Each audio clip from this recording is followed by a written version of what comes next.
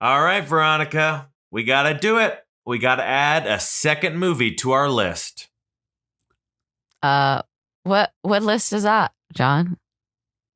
You know, the most important list, the list that today's movie goes on, 1994's The Flintstones. Yeah, but what list would that be? It's the list we've been keeping since the beginning of the show, and we now have two movies on it. Have we? I don't remember this. Also, is a list of one thing still a list? It's a list we started, and we had one movie, and now we have two. And of course, that is the list of ostensible family films from the 90s that are based on old TV shows and surprisingly have a lynching scene in them. It's this and Wild Wild West. Wild Wild West. Or shall we say yabba-dabba-doo?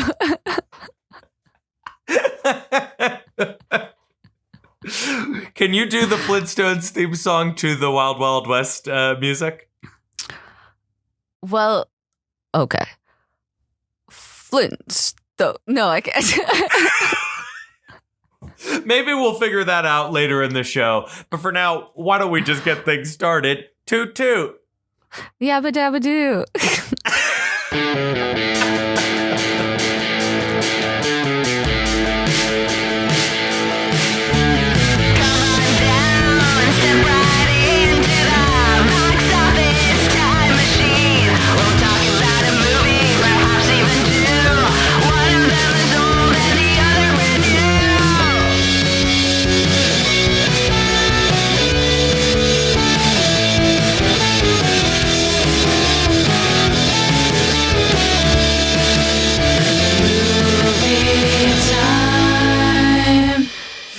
Flintstone, desperado, lives at Bedrock. Flintstone, desperado. No, you don't want shoes.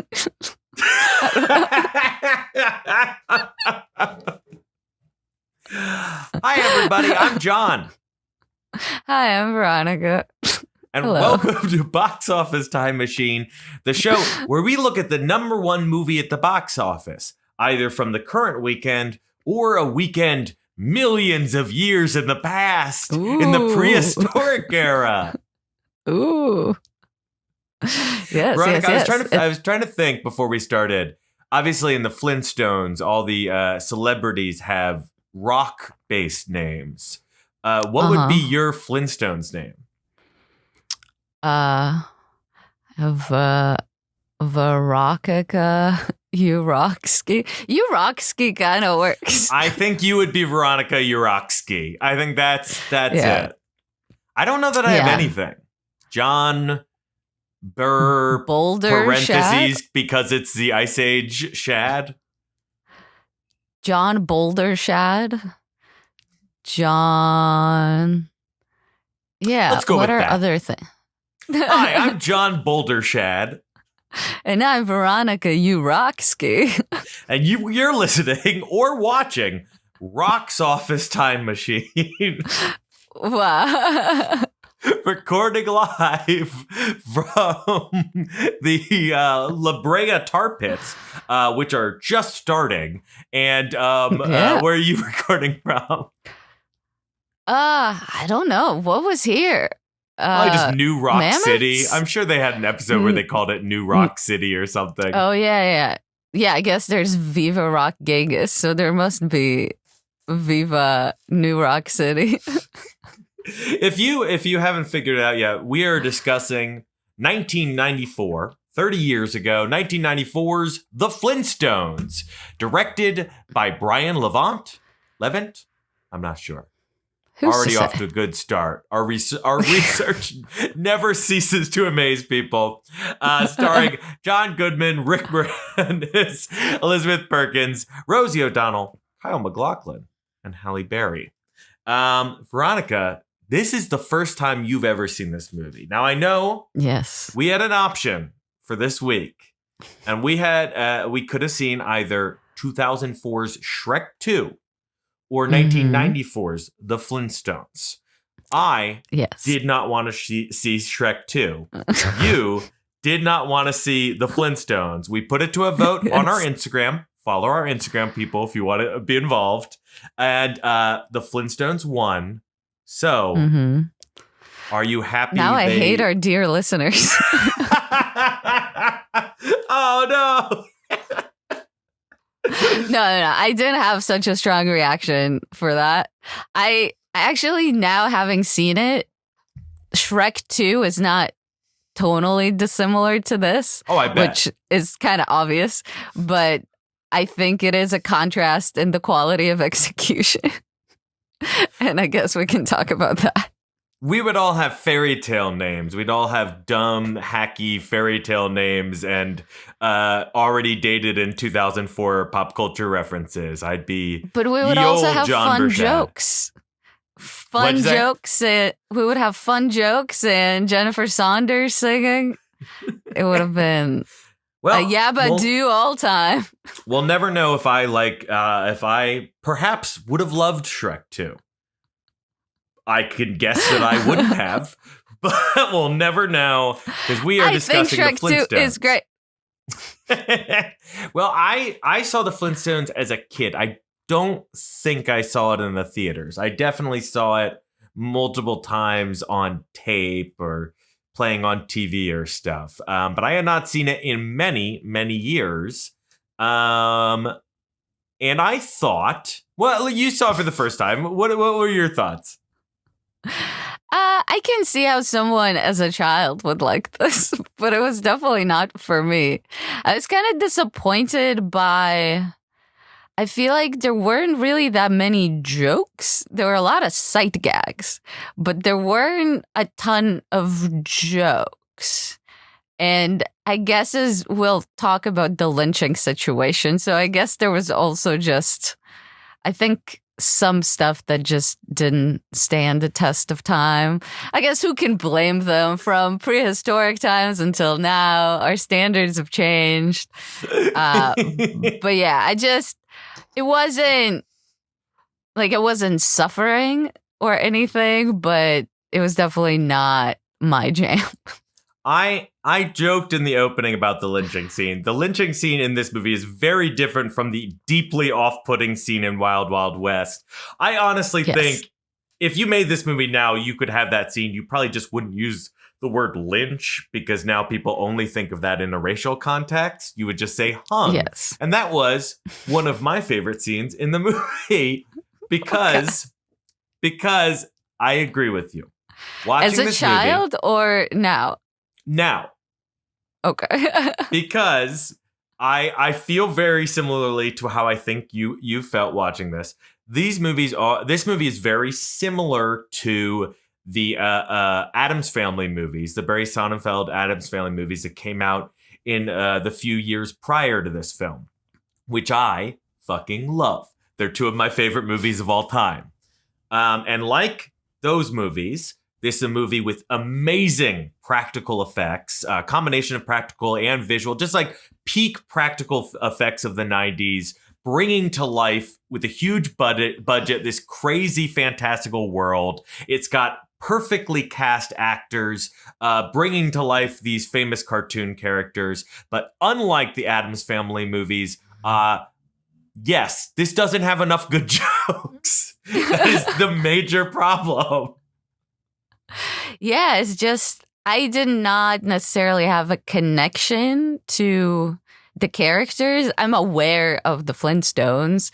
I studied television. I know the history of television, but yeah, it just felt like there wasn't, it wasn't one of those things where, oh, this is so cool to see these characters come to life, because I didn't really have that connection with them. And it just felt like a lot of the stuff they did was very flat and cartoonish because, hey, it was a cartoon and it was for children, so I totally get it. But for me personally, it just wasn't enough to there, I guess. I don't know. I mean, to be fair, The Flintstones was a TV show that went off the air in 1966. It was Sure. basically a parody of The Honeymooners, a show that went off the air in 1956. So Yes. neither of us have huge nostalgia for the Flintstones. I probably the only real connection to the Flintstones other than this movie that I had as a kid, and I gotta look this up, was the Hanna-Barbera 3D ride in Universal Studios, and I'm gonna look up when that ride closed. I think I remember going on that ride. Yeah. Was that part of like the Flintstones, or was it there before? Because Universal made this movie. Or that was what do they call Universal there? Una sheetrock? I don't know. It's something. that was the Funtastic World of Hanna-Barbera, which opened in 1990 and closed in 2002. So yeah, the Flintstones not particularly relevant, although I believe for the past 20 years, Seth MacFarlane has been trying to make an animated reboot. I would say the tropes of the Flintstones are very familiar. Right before we started this, I was singing the Homer Simpson take on the Flintstones, and that is very much, I feel like there are a lot of sort of animated sitcoms that are essentially the Flintstones. I mean, most obviously the Jetsons, but I think The Simpsons is pretty similar. Family Guy, all of those are essentially kind of the same in the characterization of, the nuclear family and the father and all that stuff. So I think I can see why they would want to resurrect it in 1994, or I guess the production of it started in 1985. It seems like the idea to produce it. So, like 20 years after it finished airing. Plus, I'm sure there was some goodwill towards it in reruns. And I remember seeing those cartoons on like Cartoon Network, I think, when I was younger. So they have been happening, I guess. Yeah, it continued to air. There was an animated theatrical release, I believe. Yeah, A Man Called... Oh, no, that was in the 90s. I thought I guess there was like the Flintstones Meet the Jetsons, like they were around, and I'm seeing now that there is a plan to make another animated series. They've been trying to reboot this so Seth much. MacFarlane? Wait, what? There's a new reboot series directed at an adult audience. This was in 2019. In 2023, they cast people. Stephen Root as Fred, Amy Sedaris as Wilma, Joe Latruglio as Barney, Nicole Byer as Betty. Like, yes. They've been trying, and meanwhile, they're also trying to make a new movie directed by the guys who made the Super Mario Brothers. Like, this is a property that people want to bring back. It was the longest running, most successful primetime animated show, overtaken by The Simpsons, which then also got a Universal theme park ride, which I also believe, unfortunately, may be closing at some point soon. It's closing? Well, it makes sense. It's that Universal doesn't really own Simpsons anymore. And I don't know. I've just heard rumors that I love it. Have they ever owned it? Like, because it was always a Fox thing. No, but a direct competitor did not own it. Like, when it was owned by Fox, it's not like Fox has a theme park. Right, but, like...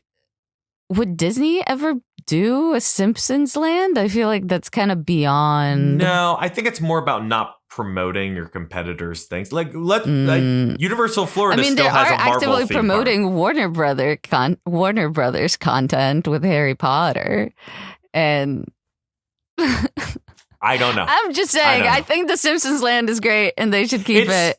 What else do they have going for them? Other than Halloween, Simpsons Land is the only good part of Universal Studios California.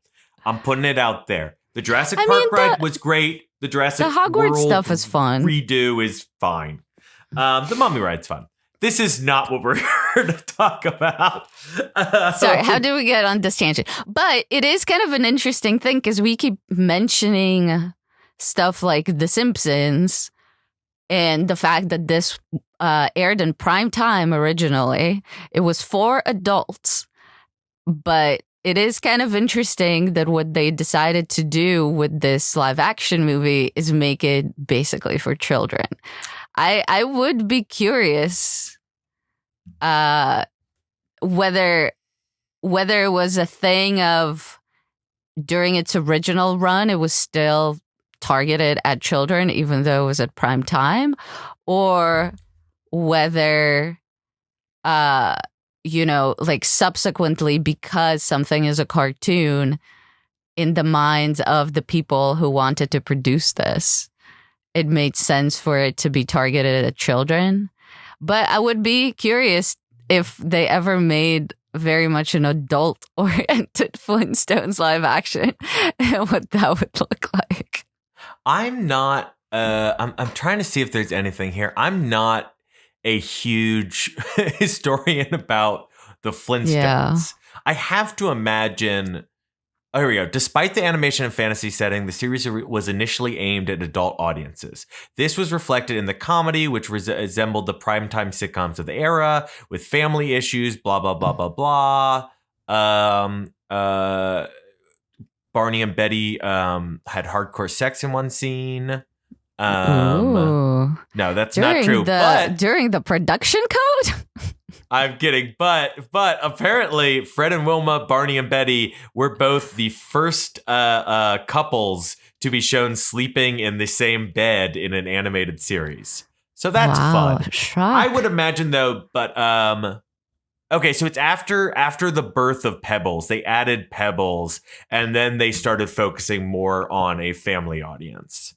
So the first 2 seasons were just the older couples, and it was more like, the Honeymooners, I Love Lucy. And then they added, like, they probably realized that a lot of kids were watching it. Because by the 90s, the Flintstones was more of a family brand.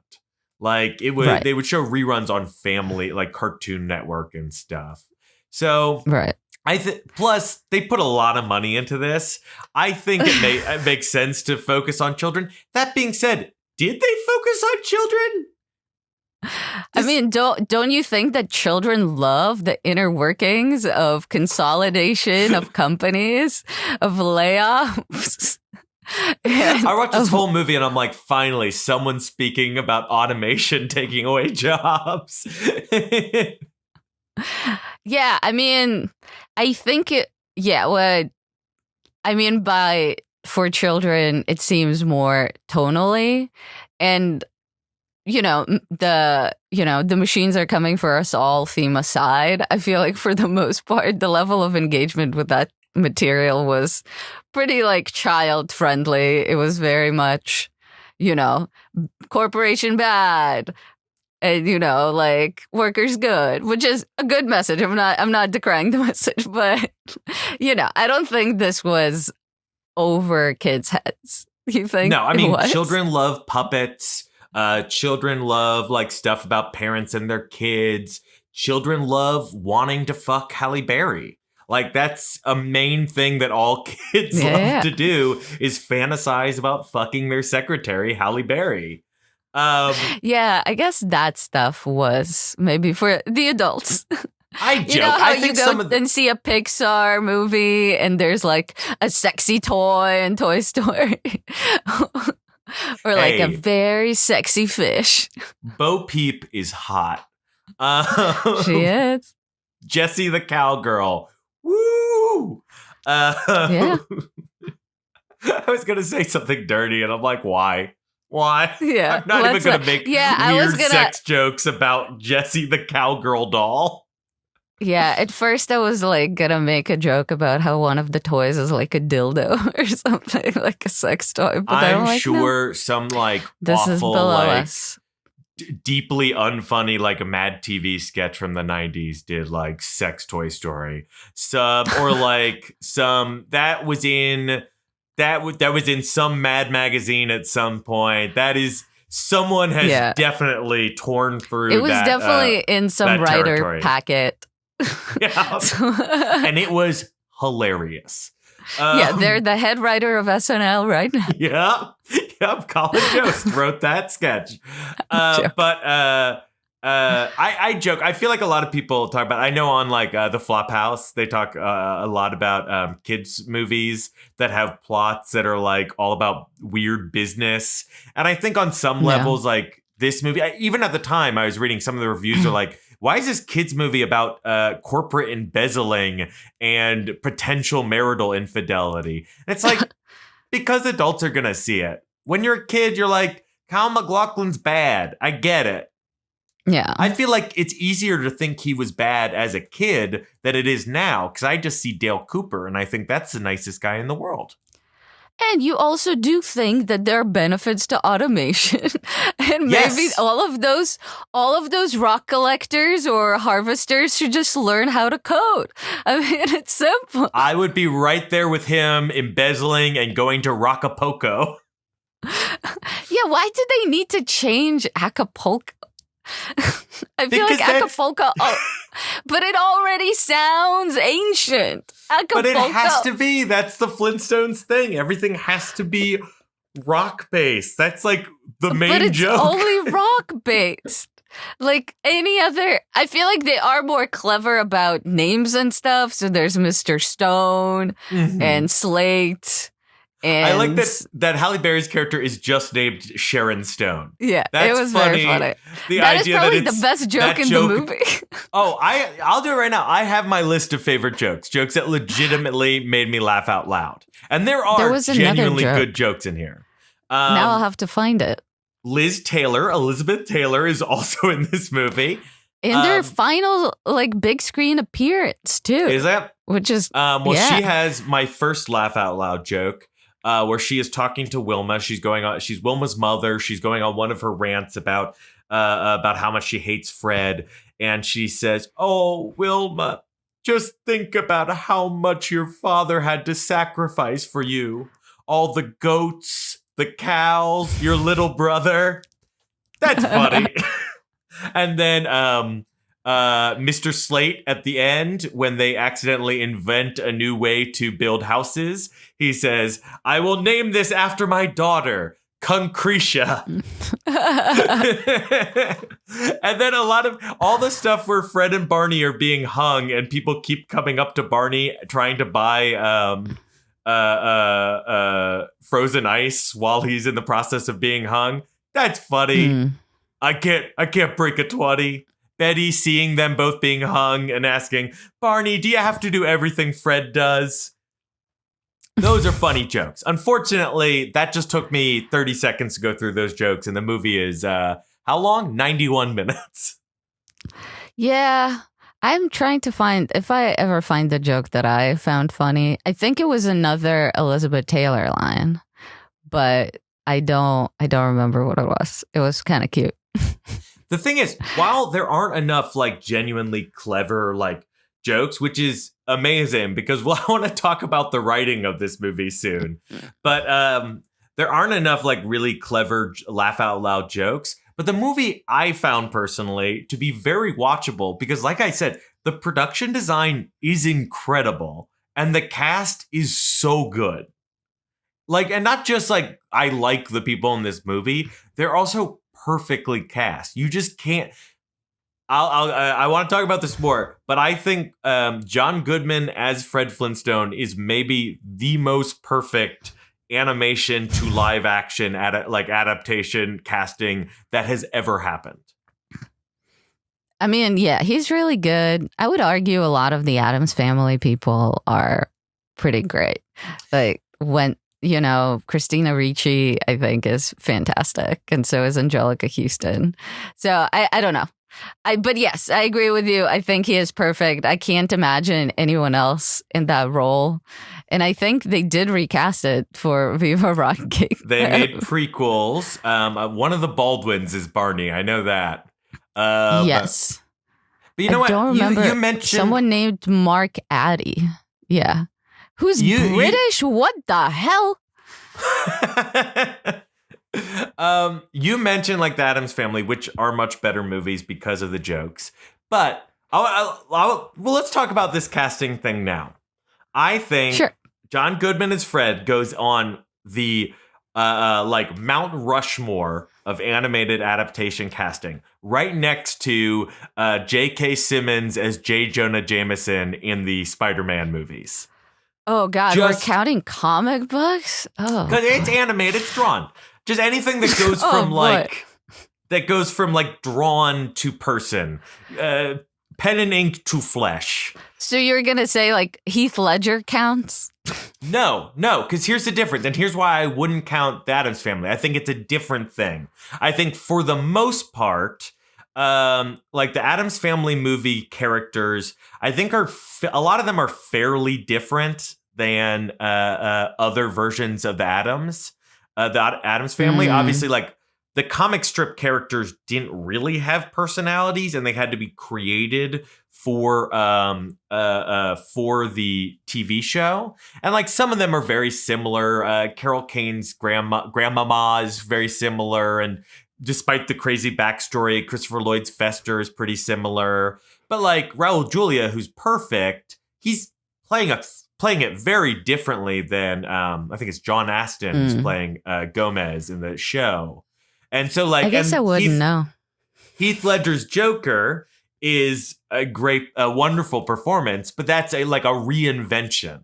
I'm saying like, who would you put as like, oh, that's as if you just like rubbed a lamp and a genie came out and you said, hey, make that cartoon real.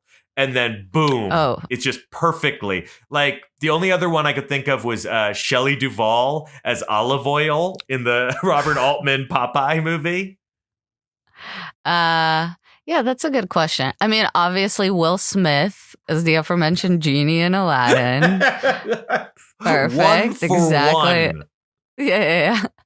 I was trying to think of more of these, and I can say none of them come from the Disney live action adaptations, because fuck all those movies. I give them no compliments. Beetlejuice was an original idea, right? Beetlejuice was a movie first. Damn. Because I feel like I also found out about it as a book, and like that had like animated characters. So for some reason, I assumed it was based on a book. But okay. Yeah, I don't have anyone off the top of my head, I guess. But this would be somewhat of a limited, I guess, pool of options, right? Well, let's say I got one more. Also from the Hanna-Barbera universe, Matthew Lillard as Shaggy in the James Gunn Scooby-Doo movies. So good that he then voiced the character. He took over for Casey Kasem. I don't know if anyone voiced between, but Matthew Lillard then went on to voice Shaggy in all cartoons for like another I guess it's been about almost 20 years until then Will Forte voiced him in a recent movie. But it's hard to beat that when you then are literally moved over to take over the character full time. That seems close to J.K. Simmons, where the MCU just gave up and recast him as J. Jonah Jameson because, like, there's no one better. Oh, I don't know if we can count this, but James Gandolfini and Where the Wild Things Are was really good. And I felt like he had like I feel like he has such a big, weird bear energy, like even in his voice.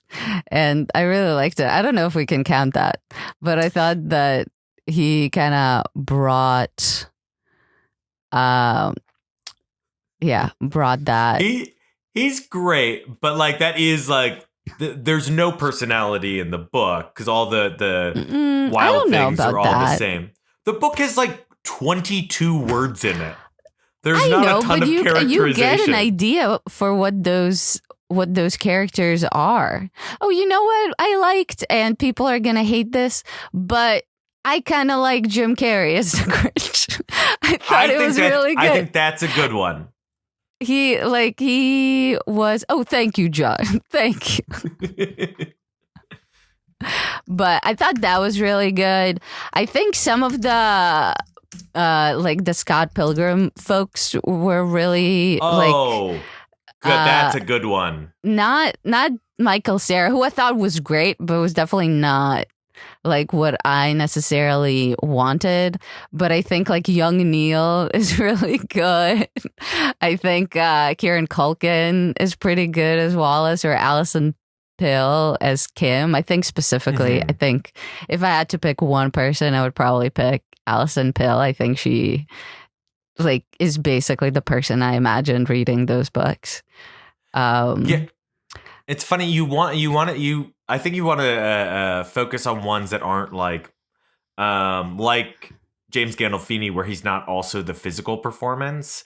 Like I could say Bill Murray as Garfield, but that's boring because there's also the whole Lorenzo Music, I think, is the guy who voiced the cartoon character and then also voiced Peter Venkman in the Ghostbusters cartoon. So that was just kind of a like weird trading of roles, but like ones where they're also physically perfect for the role. They just literally look like the character. I haven't seen it, but is Emil Hirsch good as Speed Racer? He definitely looks like Speed Racer. So, but I feel like he is pretty, like visually, I feel like I remember him being pretty good. Oh, yeah, who? Glenn Close. When she was Cruella de Vil, I thought she was phenomenal. I remember when I saw that movie, I was like, yes, I was so terrified of her the exact way that I was terrified of animated Cruella. And I think they really like captured her like weird sort of angular evilness. I don't know how to describe it. And I know some people might think that we're breaking our rule by doing a Disney live action adaptation, but I think that 90s series doesn't count. They're less annoying than the modern ones. I'll give that one a pass. How about, I have not read enough of the Mike Mignola Hellboy comics, but I feel like people were very happy with Ron Perlman as Hellboy. But I haven't read enough of them to know if that's as like one-to-one as some of these. And I'm not one of those people who thinks an adaptation of a source material needs to be one-to-one or even should be. I think there are different ways to make adaptations. And like, there was that quote recently from George R.R. Martin, where he had a blog post all about how he hates it when screenwriters are adapting work and say they're going to make it their own. And it's like, yeah, dude, it's another fucking medium. You know what happens when you let someone who's great at writing one thing write another thing that they have no real experience in? You get the fucking Fantastic Beasts movies. That's what you get. You get J.K. Rowling trying to write screenplays and genuinely not understanding how movies work. I feel like for that particular one, it's also the problem of just like no one is saying no to J.K. Rowling like ever. That's also a problem. And those are the only problems with J.K. Rowling. I'm someone who hasn't looked her up in 10 years. But I get what you mean. It's sort of something falls in your lap. I mean, this is not exactly the same, but you know, when Sarah Palin came out and people are like, oh my God, she looks like Tina Fey. And then you as Lorne Michaels are like, okay, well, now I have to get her to play Sarah Palin. And it is one of those things where sometimes an actor's appearance just on its own elicits that level of familiarity that I think does save you a lot of work as a writer, a director, even like costume designer. You're like, okay, I have less stuff to do because this person already looks like Fred Flintstone or whatever. Jim Carrey already has green fur. He's perfect for the Grinch. He was really good. That movie is fun. I haven't seen that movie since the theaters, but I, at age whatever that was, thought it was fine. I think it gets a lot of hate for no reason. It's no Cat in a Hat, which I guess like I don't know. Is that technically a good performance? I know the movie is bad, but Mike Myers as Cat in a Hat. Where would you put it? I have never seen it, and fortunately, it was a big enough bomb that we will never have to watch it on this show. Because I don't need to do that. I thought it was okay. It wasn't a great movie, but it was fine. I feel like it was getting so much hate that should have been reserved for The Love Guru. Like they should have been pre-angry at The Love Guru instead of being angry at Cat in the Hat. So you're going to give the Flintstones shit, but you're going to defend Cat in the Hat starring Mike Myers? No, I'm not defending anything. I'm defending it the same way you're defending the Flintstones by saying, oh, it's good because they have an actor who looks like the cartoon. I get it. She loves the Cat in the Hat. She loves that the fish was voiced by the guy from Will and Grace, maybe? Really? Sean Hayes? I think so. Why? Eric McCormick? No, it would have been Sean. For some reason, I think it's Sean Hayes. It's either Sean Hayes or it's David Hyde Pierce. Wow. I'm going to look that now up. I have to look it up. Oh, it's only an hour and 22 minutes. It'd be weirder if I got that right, honestly. Why would I know that? That movie's 21 years old, and I definitely did not see it. It is Sean Hayes. Oh, no. No, Sean Hayes is in it. Oh, yes, it is. He plays Mr. Humberfloop. He plays both, and he's also the voice of the fish. Why do I know that? Dan Castellaneta is in it. I didn't remember that. Well, speaking of Dan Castellaneta, maybe we go a different route. Are there any like cartoons that have not yet been mined for IP and animation or cartoons or whatever that exists? If we brought them to life, is there anyone who would be perfectly cast? Anyone from The Simpsons? And there's a problem now where so much animation stuff is like has famous voice actors that are already like famous actors, so it's hard to like go around them. But let's say we're not including any of the voice actors. We're just going purely people who could play the role and physically kind of look like it. I feel like the problem with The Simpsons is that whenever they have done, because I think there were several times where they had gags where they were live people, I think, and it never works for me. I don't know why. So maybe let's think about Bob's Burgers or Family Guy or something. Bob's Burgers, it's so hard to get away from H. Jon Benjamin. H. Jon Benjamin. Do I feel like, yeah, I mean, he definitely has a different vibe. Though, you know what? Zach Galifianakis, the character that he plays on Bob's Burgers, I think he's the brother of Kevin Kline's right. Mr. Fischoeder. And I think he would be perfect in the live action version.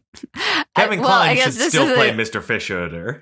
Yeah, I think like they actually have a lot of fun actors. Like Paul F. Tompkins is gonna fit in that world perfectly, and he's done a bunch of voices. This is bad. I know for what years. What about something like the Jetsons? I feel like someone like George Ty Jetson. Burrell would be kind of a great George Jetson. I mean, different hair color. Do we have anyone who's a redhead? Let's go with like the physicality. I feel like all these roles would just be cast as fucking Chris Pratt. Oh god, yeah, George Jetson's is a redhead, right? I thought he had like a brownish hair. Okay, I'm gonna pull up an image of the Jetsons. Why is there no picture of them in the gosh darn Wikipedia page? I'm most interested who would play he has red Rosie. hair. So obviously it is Rupert Grint. We're back to Harry Potter. Rupert Grint. No, it's Domhnall Gleeson as George Jetson. You know what? Also in fucking Harry Potter. I can kind of see Brendan Gleeson if he lost a bunch of weight. How old is Brendan Gleeson?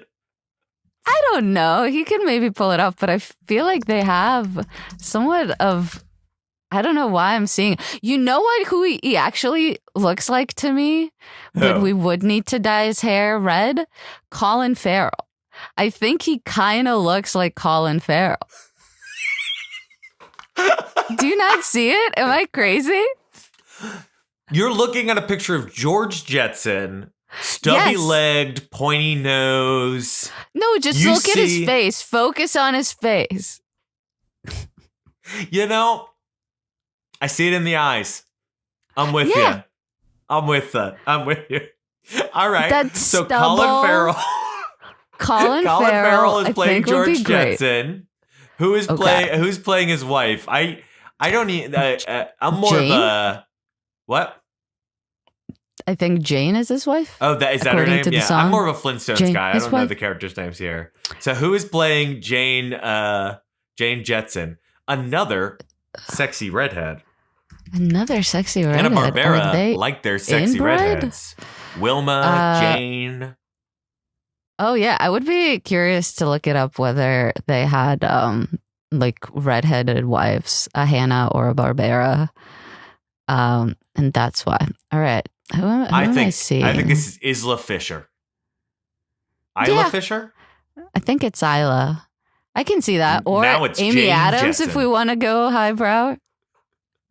Well, I think it's like the problem is these characters are so like so minimalistic that we're just all we have is red hair to work from. Who's like an animated character who's a little more like I don't know.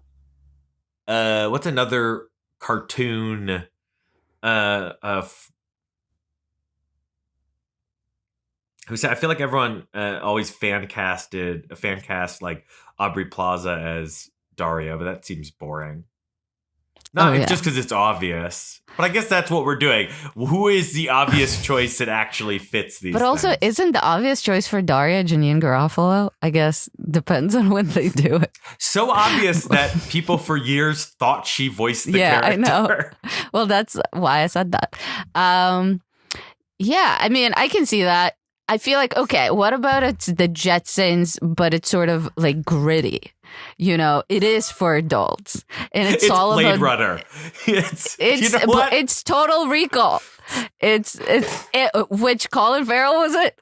I want the Blade Runner universe. I want just the Jetsons, like Brady Bunch movie style. They're just plucked out and put in the Blade Runner universe, and they're just making like dumb puns. I think it would be great, but it's gritty and it's about the perils of automation and lack of human connection. And Harrison Ford has to shoot Rosie the maid in the head. Yes, but that would be in a very special episode. Okay, I think Kiernan Shipka for Judy, the daughter. I think she works. She's kind of Kiernan Shipka. She does. I just saw her in Totally Killer, the horror comedy from last year. Oh, yeah, I meant to see that. She is still playing high school students in that movie, although I think she's in her early to mid-20s at this point. Isn't that sad? We used to watch her as a 5-year-old, and now she's an adult. Oh, no, I'm glad she's still playing high school students. It makes me feel less old. And then we have Elroy, the boy. I guess that would not be super exciting casting. Yeah, I don't know enough toe-headed his child son, actors. Elroy. Yeah. Yeah, I don't really know boys that young. What if we do the Daria supporting cast? I feel like they have enough interesting physicality that we could have fun with this. Also, so we have Jane. Jane. Okay. Out of the crop of young Hollywood, who is playing Jane? Do I know young Hollywood? Jesus. I'm just going to cast Sydney Sweeney as everything. Sydney? Oh, well, no. Sydney Sweeney, were you saying as the cheerleader? Well, no, I was making a joke. But yeah, she would be a great Britney. She's perfect. I mean, well, I don't know. Has she ever played like particularly ditzy? I feel like she doesn't really. Well, she was, I think, kind of supposed to be somewhat ditzy in Madam Web, but I don't think that came across. No, she was a nerd. But she was supposed to be a bit of a ditzy nerd, I think, because they were trying to give her some comedy lines, and none of them works. Yeah, who's we like can talk about Madam Web later on this show because I might When we talk boy. about movies I've seen recently. All right. How about Kevin? Speaking of Brittany, how about Kevin, the quarterback? Kevin the quarterback. God, I mean, I'm sorry, John. I feel like I don't know anyone from Young Hollywood really by name. Timothy Chalamet. Jacob Elordi. We could continue going through the I feel like Euphoria either cast. of them would work better as Trent, Jane's. Oh, right. Jane's brother. Husky, grungy brother. Who is a husky? Who is like? All right, I'm literally Googling young Hollywood actors. This is where I'm at. Oh, Letitia Wright, you could cast as what's her name? Oh, they've supposedly been making a spinoff about that character for the past few years. That's probably coming out soon. What is that character's name? What was her name? Jodie. I see that. Oh, Letitia Wright is Jodie. Oh, hold on. Did you want? I forgot that Quinn also exists. Oh, she has red hair, right? Quinn. Oh, wait. The sister. Do you watch Yellow Jackets? I did briefly, but I don't know who I this never actress finished. plays. I'm going purely by physicality. She's on this list of young Hollywood. I'm sending you a link. As Jane, Sophie Thatcher. Sophie Thatcher. Where did you send this link to? Oh, my phone. I guess we better cast what's her face in it? Jenna Ortega. Maybe she could also be Jane. Maybe there's a Jane off. Oh, yeah. Yeah, she's good, I think. I don't remember. Oh yeah, Shailene Woodley. Maybe Sophie Turner. She kind of looks like Quinn. Can cast Sophie Turner as Quinn. This is a very expensive production, by the way. Yeah, it feels weird to cast a woman who's married, well, I guess separated now, but with children as a 15-year-old. But I feel like she's kind of young. Oh, she is. I mean, she's young to have children. I say, as a 37-year-old with no children. I'm the outlier more than her. Maybe we can cast Tom Holland as the football guy. What was his name? He's too small. It's got to be a big guy. Is he small? Okay, so you cast Jacob Elordi as the Kevin, and you cast Elvis, He's brooding Austin Butler. More than dumb. Yeah, so you can cast Austin Butler as Trent because he's kind of broody. Okay. And we have two options for Jane. And then we have Timothy Chalamet as the preppy guy that Daria dates. So then he and Trent can have a Dune reunion fighting for Daria's. Who's the preppy guy she dates? I don't remember that. In the later seasons of Daria. Come on. Okay, enough of this. This is supposed to be a podcast about the 1994 movie The Flintstones. Yes. That was fun. But back to the Flintstones. I do think like the production design is incredible. Like I just enjoy shots that are just going through the sets. I'm like, oh, this is great. But then every once in a while they'll do a sight gag where a pterodactyl poops on everyone. And I'm like, oh, that's not great. Well, that's the contrast. Some of it is for you, an adult, and some of it was for you as a child. Would that have even made me laugh then? I guess. Yeah, I don't know. Maybe. No, you weren't 4, 1994. Oh, right. I guess I never saw this when I was 4 because it didn't exist. It was almost. I think they were in the production. set design is really good, but I kept asking myself questions about this world. Like your first mistake. Yeah, I know that this is not the right way to watch the Flintstones, if there was a right way. But so they have television. So they have the capability to broadcast signal. I am so confused by the television. That's the one part I don't get. They have music, they have audio, they have a giant jukebox. Yet they can't have paper or pen. They still have to chisel everything. It makes no sense. I guess did they have TV in the original show? I guess they did. Yeah, I'm seeing it. They must have, yeah. How did they square that? It really is baffling. And in the movie, they have TV. We have two very weird cameos. Lorraine Newman as the news anchor lady, and then Jay Leno as another later TV host. But like you can barely see it's them because their TVs are staticky. That's the way they show that it's old. They're still working on the technology. Like at least give me a little puppet, a little dinosaur puppet that's like I'm having to create this, or I guess they just the Hanna-Barbera writing team just kind of gave up on that one. Yeah. I mean, I assume because it is so clearly the show is very clearly lampooning 1960s, so sort of mid-century stuff, and television at that time was becoming such a central part.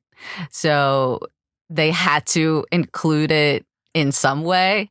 And I guess, whatever, who cares? They drive with their feet going up a hill. It makes no sense. I do like that at a gas station. At a gas station, you just get your feet cleaned off.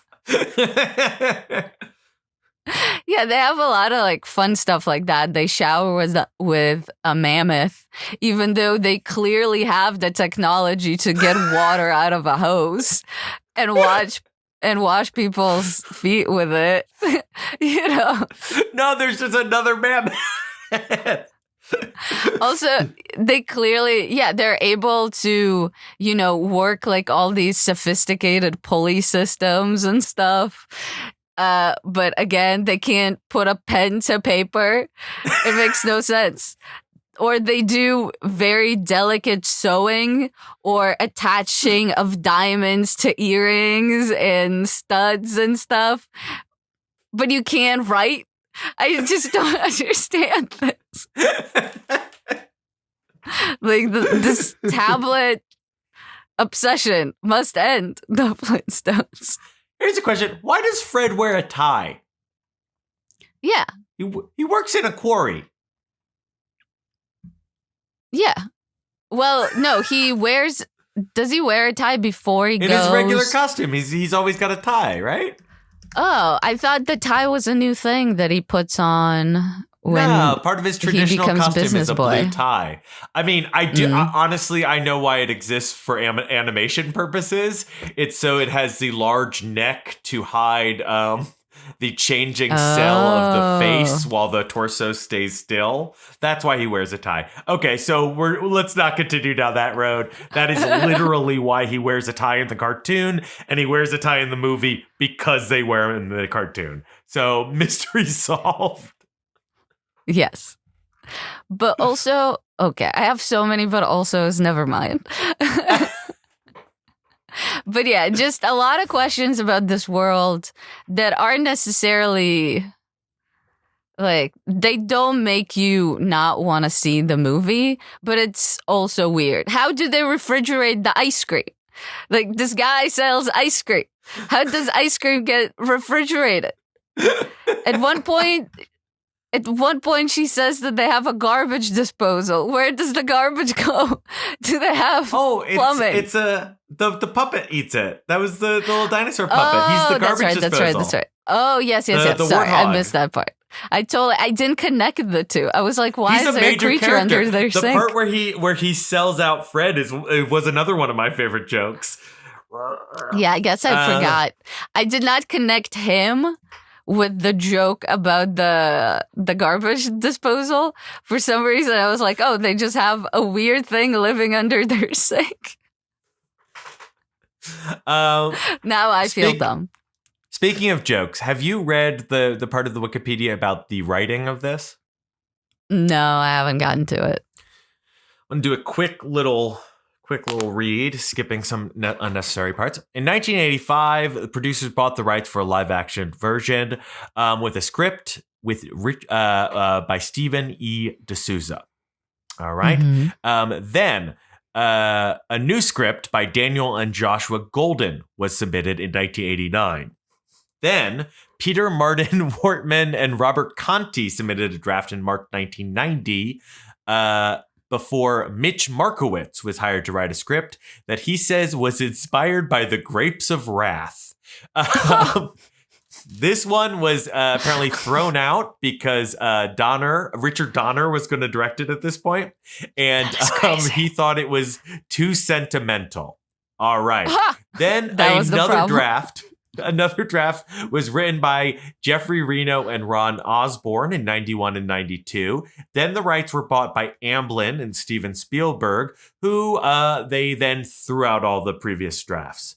Okay, now we're back into it. May 1992, Michael J. Wilson submitted a 4-page story that became the basis for the film. That was then turned into a script by Jim Genuine and Tom S. Parker. Then there was a meeting between Levant, the director, Bruce Cohen, Jason Hoffs, and Kate Barker to give notes. Then Gary Ross produced another draft. Then Levant recruited a team of sitcom writers, all from Family Ties, Night Court, and Happy Days. And he had them all work on it. It was a team dubbed the Flintstone 8, and that was Al Eidichman, Cindy Bagel, Lloyd Garver, David Silverman, Stephen Sustersik, Nancy Steen, Neil Thompson, and Levant.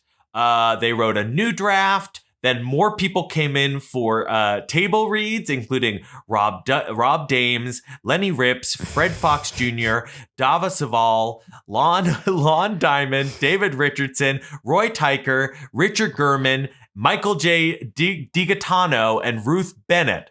Lowell Gons and Babalu Mandel worked on it next, taking home a reported Can I pause you just for a second? This is just like that Brian Grazer sketch in John Mulaney's Everybody in L.A., where he's just rattling off names like Balaboo, whatever.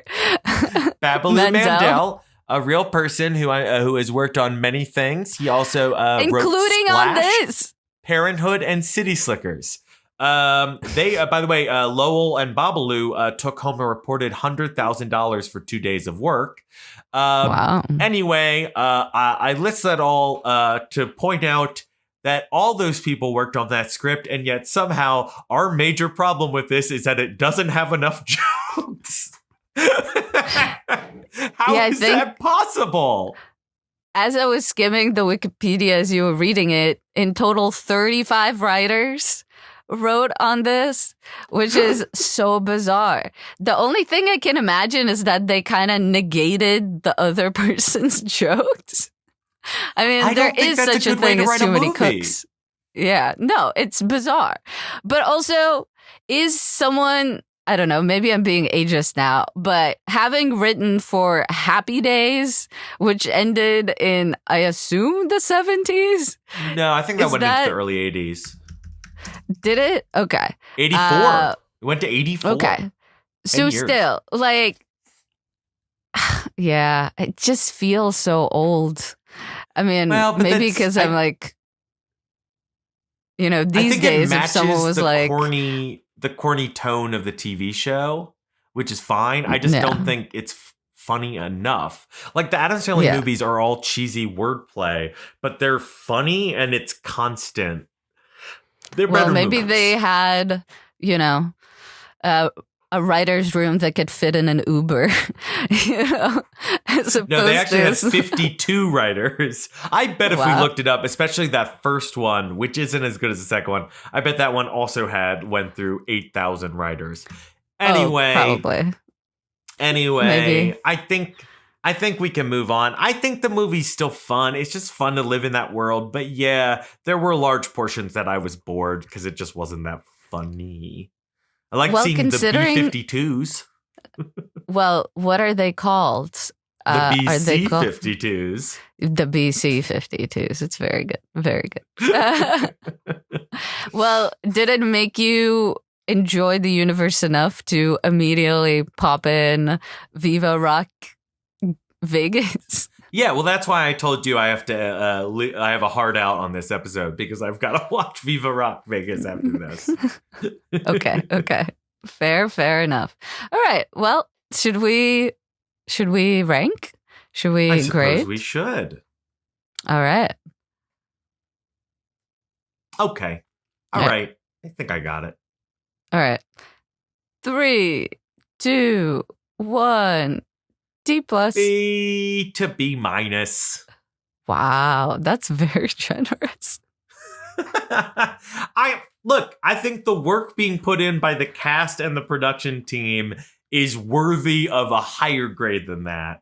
I just think the movie doesn't hold together. But yeah, I'm giving it a cumulative grade. All right, I'll upgrade to C minus. All right. Fine. Well, okay. Veronica, you seen anything else recently that you would like to briefly touch on? Briefly touch on so that you can go on a rant about how amazing Madam Web is. I would love to. I would love to make this a half Madam Web episode, but I actually do have dinner plans soon.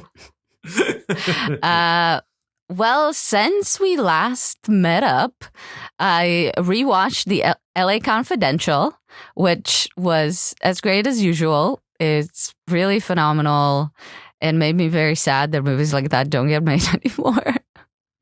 Again.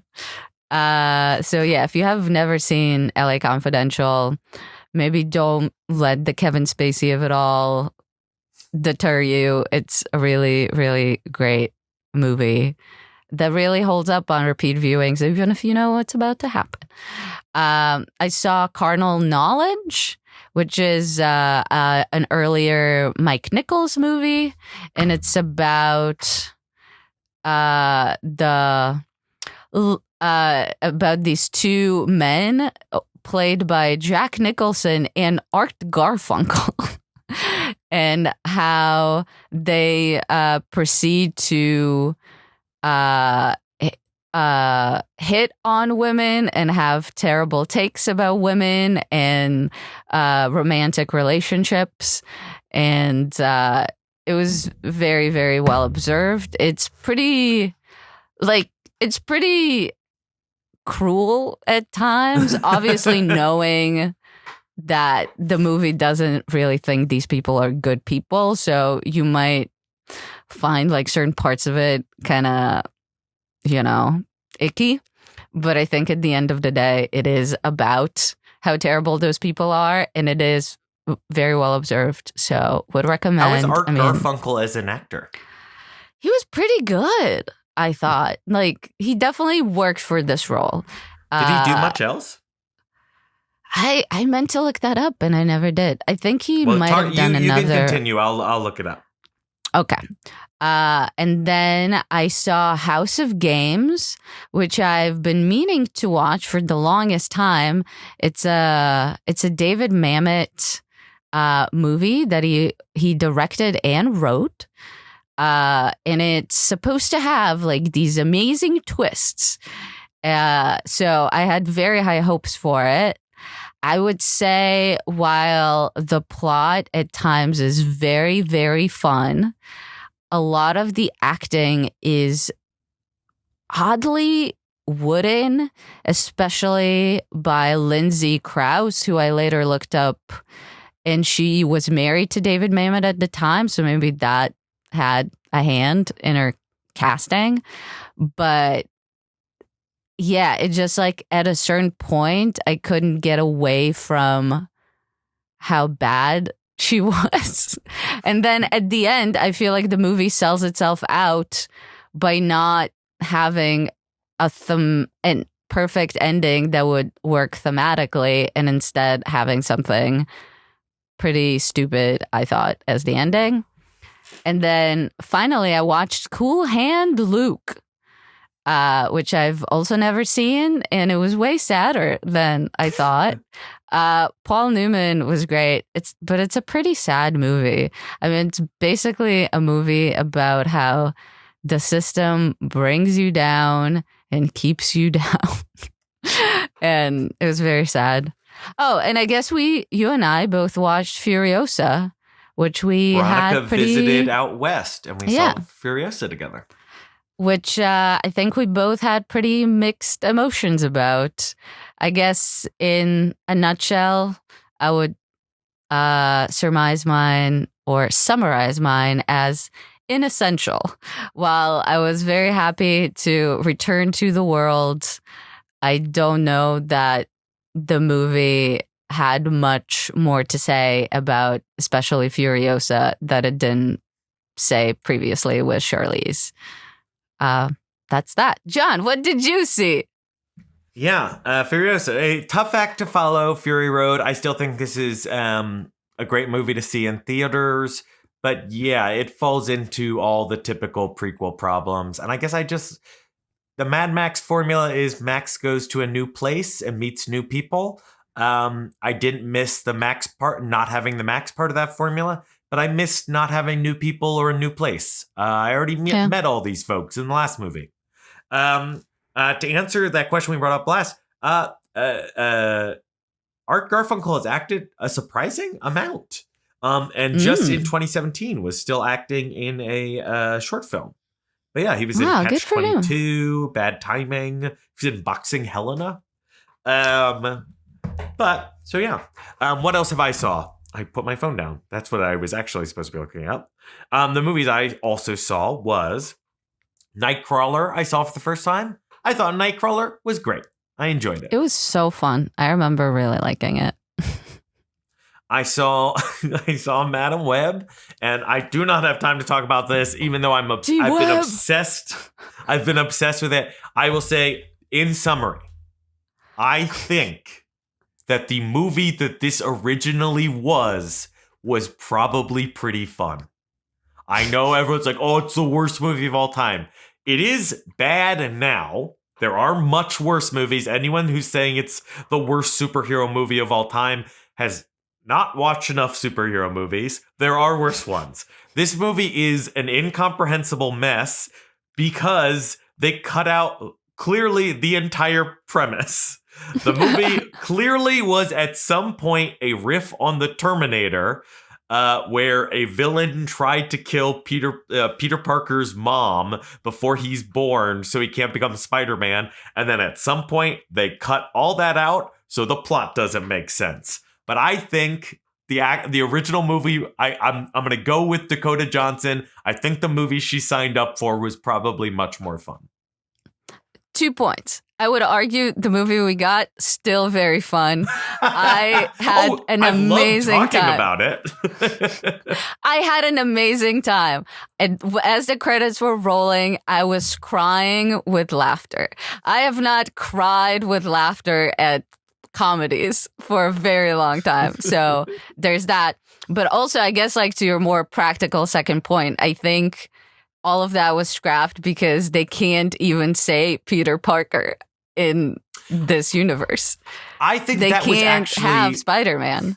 No, they can. I think that was a creative choice because I'm guessing that the plot was actually about probably the villain had a flash forward where he saw Spider-Man kill him in the future alongside a group of women. He doesn't know who Spider-Man is because Spider-Man has a mask, but the women, their mask shows their face. So he tries to find them out. But mostly what he's trying to do, I'm going to guess that in his vision, he heard like the name Peter. Someone says Peter. So the whole time he's trying to find out that guy's name. And that's why they keep cutting off people saying it. I think it was legitimately a creative choice. No, but isn't that like, they can't show Spider-Man in these movies, right? Isn't that part of it? They can. Yeah. I thought the whole thing was that Marvel now can only do Spider-Man stuff, and that's why Sony is left with... Sony still has the rights to I don't know the exact specifics, but they still have the rights to Spider-Man. They can do any character that is in that was originated in a Spider-Man. Aren't they making Spider-Man comic. movies? Why isn't Spider-Man in this movie? Because Why they isn't tried Spider-Man for 10 in years Venom? and they were bad at it.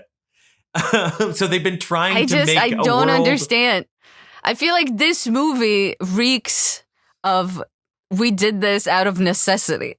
Like, it doesn't, There is that. Basically, they can only make movies about Spider-Man supporting characters, and yet they have been trying to build their own cinematic universe of just the Spider-Man supporting cast, and which makes no sense. But clearly the idea at one point was that basically Madam Web was going to be like the Samuel L. Jackson of this universe and help Sydney Sweeney and probably Andrew Garfield have a bunch of like multiverse adventures.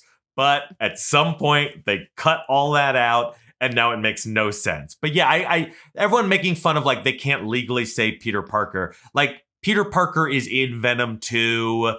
There's the poster of Spider-Man in Morbius. Like they can say that. Oh, they say Spider-Man in Morbius as well. So yeah, no, this was something much weirder happened here. Well, someday we'll get the whatever dirt. What was it? Devil's Candy, the movie about Bonfire of the Vanities. Maybe we'll not movie, the book. Maybe we'll get one about this because I would be very curious, or maybe about the whole Sony endeavor to make these movies. I would love that. That the DCEU. I desperately want all this stuff one day. But I'll move on to a movie that I actually loved, genuinely loved. This is Jane Shunbrun's "I Saw the TV Glow," and I don't want to say that much about it, so as not to spoil it. No spoilers. Still haven't seen. It's excellent. It's great. I haven't stopped thinking about it since I watched it. Yeah. I just don't think I should say anything more. It's really, really good. You should see it. That's awesome. I liked her previous movie quite a bit. I haven't seen. I didn't think it was perfect, but it was very interesting. Yeah, but it was very interesting and definitely unique experience that I also thought about for a while after seeing it. I met them once. So I'm excited. Jane Shunbrun and I were both panelists back in, I think, 2019 on a movie trivia show, like on stage. It was a horror movie trivia show. Aww. And I won. But Jane Shunbrun has now released 2 critically acclaimed hit movies. So who's really the winner? I'd say still me, because I won. And on that note, what are we probably doing for our next episode? What's coming up in the next few weeks? Yeah, we'll have to figure it out because I have some travel planned. So oh my goodness. Maybe we'll do an episode next week instead or something. We'll figure it out. But stuff that's coming out, there's Ballerina, there's Bad it's gonna Boys, be Inside Out. Ride Inside or Out Die. There's Inside, which is coming out in limited release, or maybe that can't be right. I think Box Office Mojo is broken. I think it'll definitely be it'll be June 14th is the next week after this Friday. I mean I doubt Bad Boys will run for 2 weeks and first, so it'll probably be Inside Out 2. I think that'll be a fairly big hit. I guess, but we'll see when we'll be able to record. Maybe the. Oh, you thinking we may do this weekend? Well, we'll see. Then in that case, it'll probably be Bad Boys. You just want to talk about Bad Boys because you actually are excited about that for some. I am actually excited about Bad Boys. Indecipherable reason. And I have no. Oh, they're re-releasing South Park, bigger, longer, and uncut. Oh, that's fun. Oh, is that? I guess it's the 25th anniversary. Bad Boys for life, as they say in the previous movie. I'm a big fan. Bad Boys 2 is a masterpiece. and I will not hear any other opinions. All right. Well, on that note, I believe we talked about the Flintstones movie for maybe 20 minutes in this podcast. And yet this podcast is way over an hour. But hey, Oh boy. I think we had a good time. And that's always been our motto on this show. Just have a good time. Have it's that thing we say every episode. A yabba-doo-da. A yabba-doo good time. But now do it to the Wild Wild West theme. We're going straight to the yabba-doo. We're going straight to the yabba-doo. The yabba-doo the good time. Yabba-doo the good time. That almost works. Goodbye, everybody. Bye. We're waving. You can't hear it, but we're waving.